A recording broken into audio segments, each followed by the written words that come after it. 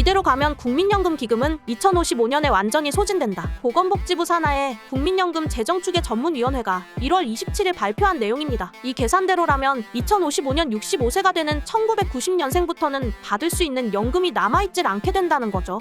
당연히 국민들은 불안에 떨기 시작했어요. 인터넷에서는 지금이라도 국민연금을 추가 납입하여 노후에 최대한 많이 받을 수 있도록 만들어야 한다. 이자는 필요 없으니 지금까지 낸 국민연금 원금만이라도 돌려달라. 국민연금 가입을 선택하게 해달라는 등의 의견들이 끊임없이 쏟아졌죠.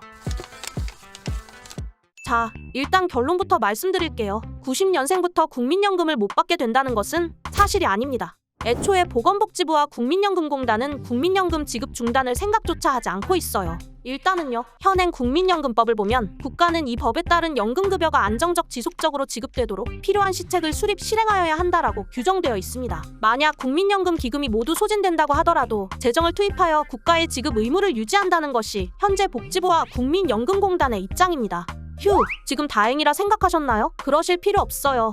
연금 개혁이 필요한 것도 사실이거든요. 왜냐고요? 점점 연금을 내는 사람보다 연금을 받는 사람이 많아지고 있거든요. 한국이 고령화되고 있다는 사실은 모두 잘 알고 계실 겁니다. 한국은 전 세계에서 가장 빠른 속도로 고령화가 진행 중이죠. 2025년에 한국은 인구 5명 중 1명이 65세일 것으로 전망되고 있어요. 반면에 출산율은 2022년 기준 평균 0.75명, 서울은 0.59명밖에 되지 않아요. 보건복지부에서 고령화와 저출산으로 2055년이면 기금이 바닥날 것이라 계산한 것이 완전히 틀린 이야기가 아니란 거죠. 연금 소진 발표가 나고 3일 뒤 30일 국회 연금개혁특별위원회 소속 민간자문위원회에서는 국민연금 보험료율을 현행 9%에서 15%까지 올리겠다는 내용을 검토 중인 것으로 밝혀졌습니다. 이들은 회의에서 보험료율을 올리는 동시에 소득 대체율도 기존 40%에서 50%로 올리는 방안과 소득 대체율은 그대로 두고 보험료율만 올리는 방안 두 가지를 논의한 것으로 전해집니다. 소득 대체율이란 연금 수령자가 평생 동안 벌었던 소득의 평균을 구하고 그중 몇 %를 연금액으로 지급해주는가에 대한 비율입니다. 참고로 평생 동안이라고 설명하고 있기는 하지만 연금 가입 기간의 월 평균 소득이랍니다.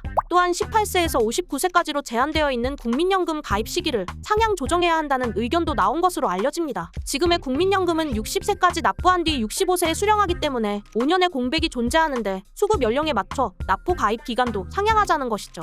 국민들 중에는 이렇게 점차 오르다가 2060년쯤 되면 월급의 30%를 국민연금으로 내게 되는 것은 아닐까 우려하는 사람도 있습니다. 하지만 정부는 연금개혁뿐만 아니라 여성의 경제활동 참가율을 높이고 정년 연장, 재고용, 정년 폐지 등 가입자를 늘리는 방식도 고려 중인 것으로 보입니다. 게다가 국민연금공단에서도 자체적으로 수익을 창출하기도 하거든요. 국민연금 기금을 이용해 여러 상품에 투자하여 자금을 마련하는 것이죠. 국민연금은 국내 주식, 국내 채권, 해외 주식 등 다양한 상품을 통해 수입을 마련하고 있습니다. 삼성전자와 SK하이닉스의 대주주로 있을 수 있는 것도 다 이러한 이유 때문이죠. 비록 작년에는 마이너스를 기록하는 바람에 1년치 국민연금 비용의 1.5배가 넘는 48조 원의 손실을 맛보긴 했지만요. 국민연금도 나름대로 문제점을 인식하고 국내 주식보다 수익률이 더 높은 해외 주식의 비중을 높이는 등 투자 포트폴리오를 재정립하며 여러 가지 방법을 모색하고 있는 중입니다. 자, 그래서 결국 우리의 미래는 어떻게 되는 것이냐? 국민연금을 받을 수는 있다. 하지만 지금보다 더 내야 하는 건 빼박이다.